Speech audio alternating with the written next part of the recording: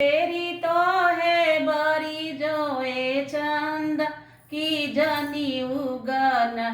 उजे भरिया गहनवा की जनी उगन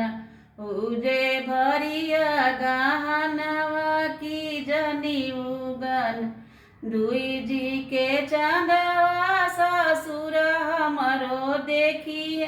कि भेजी दिए न अगहन से दिनवा की भेजी दिहेन अगहन से दिनवा की भेजी दिहेन हमारो जे बाबा चंद हवे नीरा मोही की रखिली हेन अगहन से दिनवा की रखिली हेन अगहन से दिनवा की रखिली हेन बेरिया की बेरी तो है बरी जोए चंद की जनी उगन उजे भरिया गहनवा की जनी उगन उजे भरिया गहनवा की जनी उगन उजे भरिया गहनवा की जनी दुई जी के चंदा बसुर हमरो देखी कि भेजी दिहेन अगहन से दिनवा की भेजी दिहेन अगहन में नियर की भेजी दिहेन हमारो जे चाचा हो वे नीरा मोही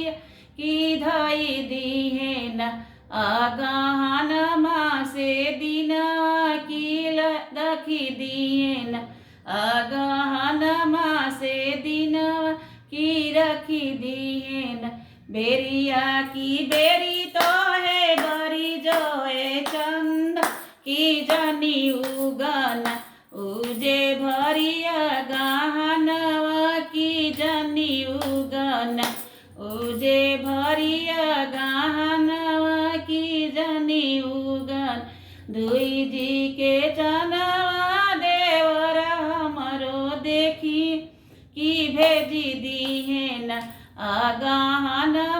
से दिनवा की भेजी दिहेन अगहन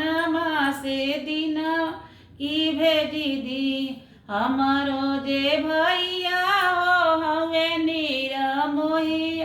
की रखिली हेन अगहन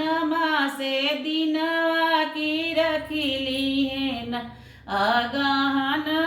से दिनवा की रखिली हेन। बोलो बोलो प्रिया गोसाई की जय।